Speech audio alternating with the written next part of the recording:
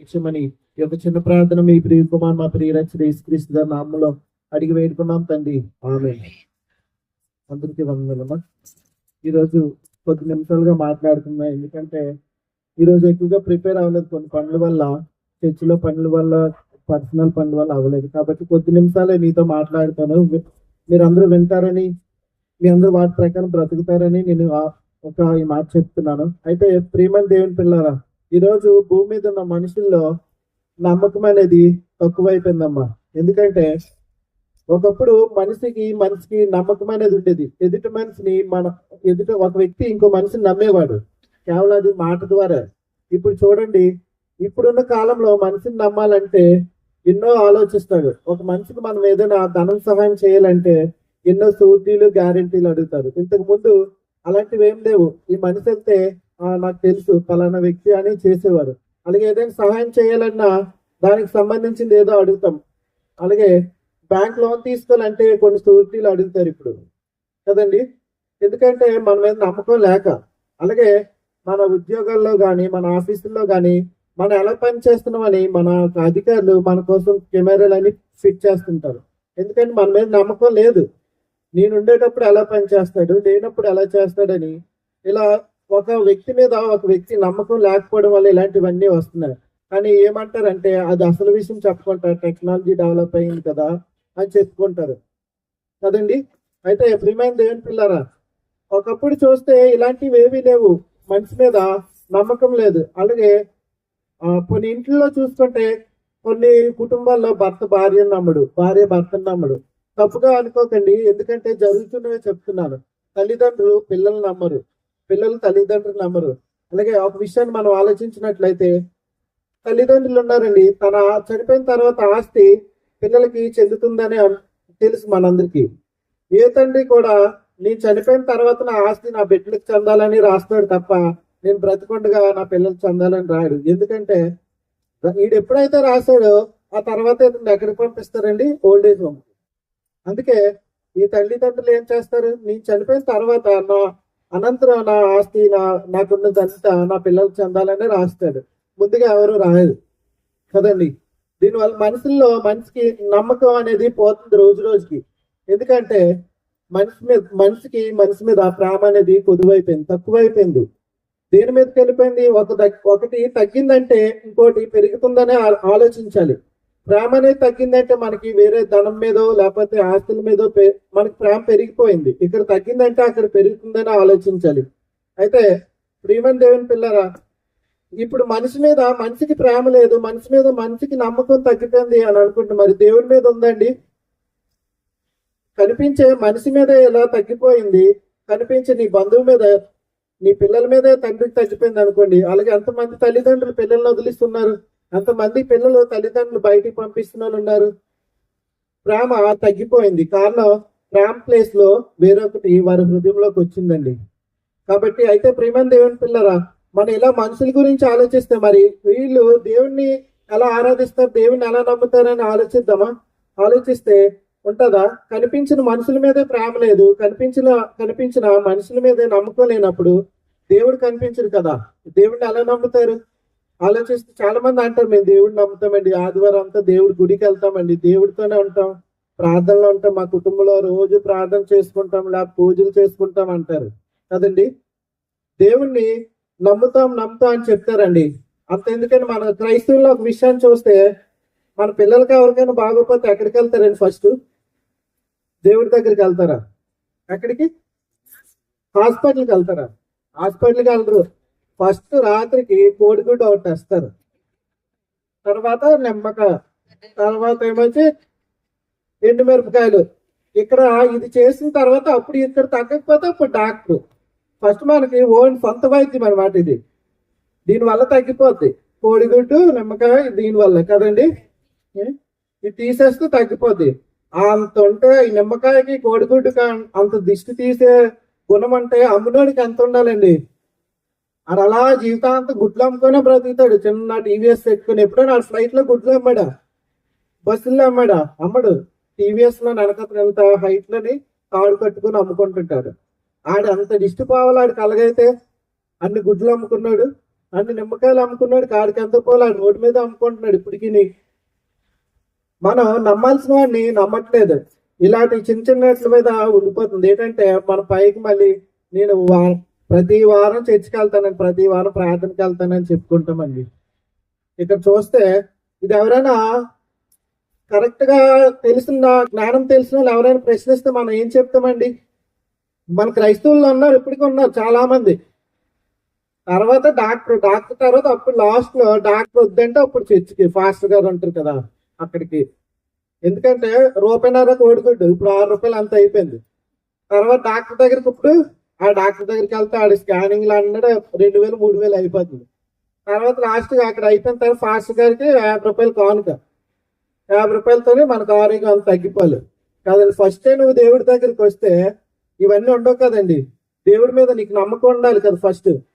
కానీ నువ్వు దేని మీద ఉంటుంది? ఈ ఆ గుడ్ల మీద వీటి మీద వాటిని కలెక్ట్ చేసినాడు అక్కడ ఉన్నాడు కదా, ఆయన నమ్మాలి కదా. నువ్వు నమ్మవు. కారణం ఏంటంటే మన భక్తి అంత ఏదండి, ఏమంటారంటే ముదిరి ఏమైంది అంటారంట. ఎలిసా ముదిరి పులసైంది అని అంటారు. అలా ఈరోజు అయితే అంతగా చివరికి తగ్గిపోయిందంటే మనం ఏంటంటామండి, మనకి నాలుక నోరు ఉంది కదా, ఏమంటాం? ఈ దేవుడు ఎప్పుడు మా కష్టాలే పెడతాడు, ఈ నమ్ముకున్నాము ఇన్ని బాధలు మాకే పెడుతున్నాడు అంటాడు. ముందంతా నువ్వు చేసిన పనులంతా మర్చిపోతావు. చేసినవన్నీ లాస్ట్ కి దేవుడి మీద నింద తగ్గిపోయేసరికి. అంత భక్తిపడి నువ్వు అడగగానే దేవుడు తీర్చేయడానికి. మనం అంత భక్తిలో ఉన్నామండి దేవుడు తీర్చేయడానికి నువ్వు అడగగానే. కానీ మన నోటంటే మాట వచ్చేస్తుంది, దేవుడు మాకు ఏ సహాయం చేయలేదు, దేవుడు మాకు ఎందుకు ఉంది ఇంత నమ్ముకొని.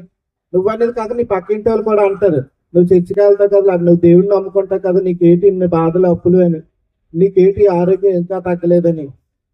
నువ్వు కరెక్ట్ గా ఉంటే ఎగ్జామ్స్ రాసినాడు కరెక్ట్ గా రాస్తేనే పాస్ అవుతాడు. వైట్ పేపర్ మీద సంతకం పెట్టి ఇచ్చేస్తే పాస్ అవుడు. నువ్వు స్కూల్కి వెళ్ళావు కదా, స్కూల్కి వెళ్ళి అటెండెన్స్ ఉంది కదా అని పాస్ అయిపోతారు అవరు. కానీ ఏంటంటే రాయాలి, నువ్వు వాడు ఇచ్చిన క్వశ్చన్స్ కి ఆన్సర్ రాస్తేనే. అలాగే దేవుడి మీద నీ భక్తి కనిపిస్తేనే నీకు వెంటనే జవాబు వస్తుందండి. ఎంతో మంది అబ్రహాం గారికి దేవుడు పిల్లలు ఎన్ని సంవత్సరాలకి ఇచ్చాడండి? 100 సంవత్సరాలకి ఇచ్చాడు. 100 సంవత్సరాలు అబ్రహాంని దేవుడు పరిశీలిస్తూనే ఉన్నాడు. కానీ నువ్వు చిన్న జ్వరం వచ్చిన దానికి తగ్గలేదని దేవుడి మీద నిందేస్తున్నామే. మన నాలుక ఉంది కాబట్టి, నాలుక మీద నేను మాటలు వస్తున్నాయి కాబట్టి అంటావు. లోకంలో మిగతా జంతువులు ఉన్నాయి, వాటికి ఏ మాట ఉందండి? ఏ రోజైనా దేవుణ్ణి ఏ జంతువైనా ఏ పక్షులైనా దూషించలేదు. మాకు ఇది కావాలి అది కావాలని అడిగే కోరికలు అవేవి అడగు. అయినా దేవుడు వాటిని పోషిస్తున్నాడు. అన్నీ కావాల్సింది మనకే, ఎక్కడ లేని సుఖాలు అన్నీ మనకే కావాలి. చిన్న కష్టం, చిన్న జ్వరం వస్తే దేవుడు తిట్టేయాలి, దేవుడు తగ్గించలేదు, దేవుడు మాకెందుకు వచ్చాడు, పక్కింటికి వచ్చేవచ్చు కదా అనుకున్న వాళ్ళు కూడా ఉన్నారు. ఏంటండి ఇప్పుడు మన భక్తి ఏంటండి? ఇప్పుడు ఆలోచిస్తే మన భక్తి వల్ల మనకే, ఎవరు చేసిన మేలు వారికే అంటండి. దేవుడు ఏమంటే నువ్వు చనిపోయిన తర్వాత నేను లెక్క అడుగుతాడు, నువ్వేం చేస్తావు, ఎన్ని కాలం నీకు ఆయుష్కాలం ఇచ్చే ఏం చేస్తాడని. మన డ్యూటీకి వెళ్ళి పని చేస్తేనే మనకు జీతం వస్తుంది కదండి. కూర్చొని వచ్చేస్తే మన పై అధికారి అడుగుతాడు, నువ్వేం చేస్తావు ఈ రోజు అంతా అని అడుగుతారు. అలాగే దేవుడు, నువ్వు భూమి మీదకి వెళ్ళావు కదా, భూమి మీద నీకు ఇచ్చిన ఆయుష్కాలంలో ఏం చేస్తావు అని దేవుడు అడుగుతాడు. కానీ ఇదంతా మనందరికీ తెలుసు, మళ్ళీ తెలియలేనట్టు అంటాం. దేవుడు చనిపోయాక అడుగుతాడు అని తెలిసి, కానీ లోకపరం మీద మన మనసు, లోకపరం మీద ఆలోచన మన మీదకి వచ్చేటప్పటికి పక్క వాళ్ళ మీదకో లేకపోతే దేవుడి మీదకో నెట్టేస్తాం కదండి. అంతే, ఇలా మాట ఇసిరేస్తాం. అయితే ఆ మాట ఇసడం వల్ల ఎంతో మంది ఎన్నో కోల్పోయారండి. బైబిల్లో యోహాన్ గారు యేసుక్రీస్తు గారికి స్వయంగా బాప్తిస్మం ఇచ్చారండి. ఆయన చేతుల మీద ఇచ్చారు. ఇచ్చి ఒక చిన్న మాట ఎందుకంటే నాకు చిన్న అపనమ్మకం వస్తుంది, రాబోవాడు నువ్వేనా ఇంకెవరైనా వస్తారా అని ఇల్లు అడగమని శిష్యులు పంపిస్తాడు. ఆయనకు బాప్తిస్మం ఈయన ఇచ్చాడు. అప్పుడు తెలీదా? అప్పుడు చెప్పాడు కదా, ఆయన దేవదూత కూడా ఈయన నా ప్రియకుమారుడు ఆకాశం నుంచి స్వరం వినబడిన పక్కనే ఉన్నారు. ఇదంతా విన్నారు. కొన్ని రోజులకి వచ్చేటప్పటికి రాబోవాడు నువ్వేనా అంటే యోహాన్ గారిని చెరసాల్లో వేస్తారు, జైల్లో వేస్తారు. ఆ టైంలో చిన్న బాధ కలిగి రాబోవాడు నువ్వేనా అంట. మరి బాప్తిస్మం ఇచ్చాడు, అప్పుడేమైంది? చిన్న సమస్య కలిగేటప్పటికి అదేంటంటే విరక్తి కింద లేకపోతే అపనమ్మకం కింద అయిపోతుంది. అలాగే తోమా గారు కూడా యేసుక్రీస్తు గారు సమాధిలో నుంచి మూడో దినం వచ్చేటప్పటికి నమ్మలేదు. నేను అతనితో నడిచేటప్పుడు చెప్పారు, నేను మూడో దినం లేస్తాను, మళ్ళీ ఈ భూమి మీద మీకు కనిపిస్తాను అన్నారు. అన్న తర్వాత మూడో దినం అలాగే లేచేటప్పుడు తోమ గారు భయపడిపోయారు. భయపడిపోయి అంటే భయం అంటే అక్కడ ఏంటంటే అపనమ్మకం. ఈ నిజంగా లేచాడా, నిజంగా వచ్చాడా అనేసి టెస్టింగ్ చేసుకున్నాడు. టెస్టింగ్ చేసిన తర్వాత అప్పుడు నమ్మాడు. ఈరోజు మన భక్తి కూడా అలాగే ఉందో ఒకసారి ఆలోచించండి. ఎందుకంటే చాలా మంది అలాగే ఉన్నాం. మనకి మేలు జరిగితేనే దేవుడు అవసరం ఉంటుంది. మేలు జరిగితేనే మనం కానుకలు ఇస్తామండి. మన ఇంట్లో ఏదైనా గొప్ప కార్యం లేకపోతే మనకి ఏదైనా ప్రాబ్లమ్స్ అని తీరిగిపోతేనే దేవుడు గుర్తొస్తాడు. అప్పుడే మనం దేవుడికి ఏదైనా ఇవ్వాలనుకుంటాం. మామూలుగా ఆ ఇంట్లో అన్ని జరిగిపోతుంటే ఇవ్వరు. అలాగే మన ఇంట్లో ఏదైనా సమస్య వచ్చినా, ఆరోగ్య సమస్య వచ్చినా మనుషులందరూ లాస్ట్ అవ్వదాన్ని తర్వాత లాస్ట్ లో మళ్ళీ దేవుడు గుర్తొస్తాడు. మొదట దేవుడు రాడు. ఎందుకంటే మన దేవుడి మీద నమ్మకం లేదు. దేవుడిని దేనికోసం వాడుకున్నాం అంటే మన జ్వరాలకి వాటికి మనకున్న సమస్యలకి తొలగించడానికే దేవుడు ఉన్నాడు తప్ప మనతో దేవుని యొక్క ఆలోచనని మనం నెరవేర్చాలని ఏ మనిషి అనుకోవట్లేదండి. కాబట్టి ప్రియమైన దేవుని పిల్లరా, మనం బ్రతుకు ప్రతిదీ దేవుడు చూస్తున్నాడు. పూర్వకాలంలో మనం ఎక్కడైనా బయటకు వెళ్తే మన చుట్టుపక్కల వాళ్ళకి వీళ్ళకి అమ్మ ఇల్లు చూడండి అమ్మ ఎలాగని చెప్పేవాళ్ళం. ఇప్పుడు అది ఏదంటే టెక్నాలజీ వచ్చిన కెమెరాలు పెట్టుకుంటాం, దాంట్లో అబ్జర్వ్ చేసుకుంటాం. ఇప్పుడు ఏంటంటే టెక్నాలజీ పేరులో ముసుగులో మనం ఏంటంటే సాటి మనిషితో మాట్లాడడం మానేసాం, సాటి మనిషితో కలిసి ఉండడం మానేసాం. ఇప్పుడు చూడండి, తండ్రి ఎక్కడో ఉంటారు, పిల్లలు ఎక్కడో చదువుతుంటారు, ఫోన్లో చూసుకోండి అంతే. కొందరైతే చనిపోయినప్పుడు కూడా రారండి తల్లిదండ్రులు చూడడానికి. ఏమంటే ఉద్యోగాలు పెరిగే కొలది మనిషికి డబ్బు లేకపోతే ఈ ఆస్తుల అంతస్తులు ఉద్యోగాలు పెరిగే కొలది మనిషికి దూరం అయిపోతున్నాడు. మనతో పాటే సృష్టిలో జంతువులు పక్షులు అన్ని పుట్టే, అవి ఎప్పుడూ కలిసే ఉంటాయండి. ఒక కాకు చనిపోతే మరి కాకులందరూ కలిసి అరుస్తాయి. ఒక జంతువు చనిపోతే జంతువులన్నీ దగ్గరికి వస్తాయి. ఇప్పటికీ చూడండి, దేవుడు బైబిల్ అంటాడు, సోమరి చీమల్ని ఒకసారి చూడు అంటాడు. అవి ఎప్పుడు చూసినా ఎక్కడికి వెళ్ళినా ఆహారం కోసం వెళ్ళినా కలిసే వెళ్తుంటాయి. కానీ ఈరోజు మనిషి అలా లేడండి. ఎందుకంటే 4 రూపాయలు మనిషికి వచ్చేసరికి పక్క మనిషిని మర్చిపోతున్నాం ఈరోజు. అలాంటిది మరి దేవుడిని మర్చిపోవట్లేదా? దేవుడిని ఇంకా మర్చిపోతాం. ఎందుకంటే మనిషి పక్కన ఉంటాడు, ఏదో నన్ను మర్చిపోయావని అడుగుతాడు. దేవుడు అలాగే ఎప్పుడు అడగడు.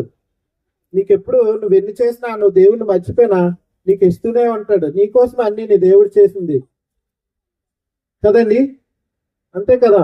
దేవుడు నీకోసమే అన్ని సృష్టించాడు, నీకోసం అన్ని చేశాడు. కానీ మనం ఏం చేస్తామని ఆలోచించండి, ఏం చేయలేదు. మనకు ఎంతసేపు నేను బాగుంటే చాలు, నా కుటుంబం బాగుంటే చాలు, పక్కోడు ఎలా పోయినా పర్లేదన్న ఆలోచనతోనే ఉంటాం.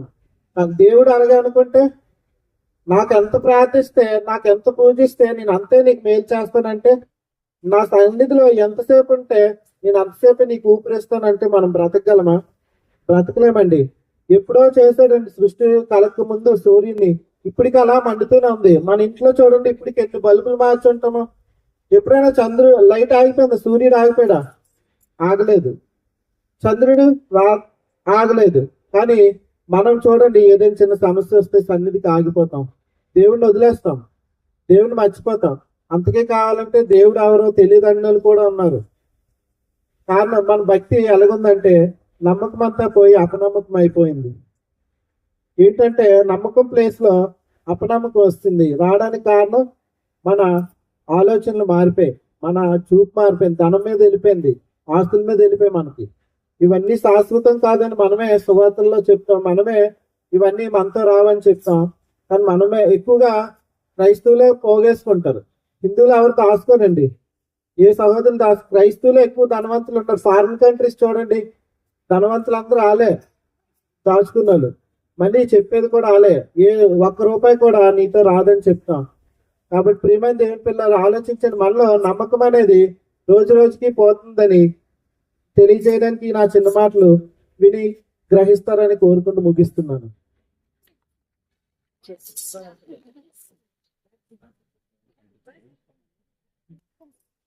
పిల్లలు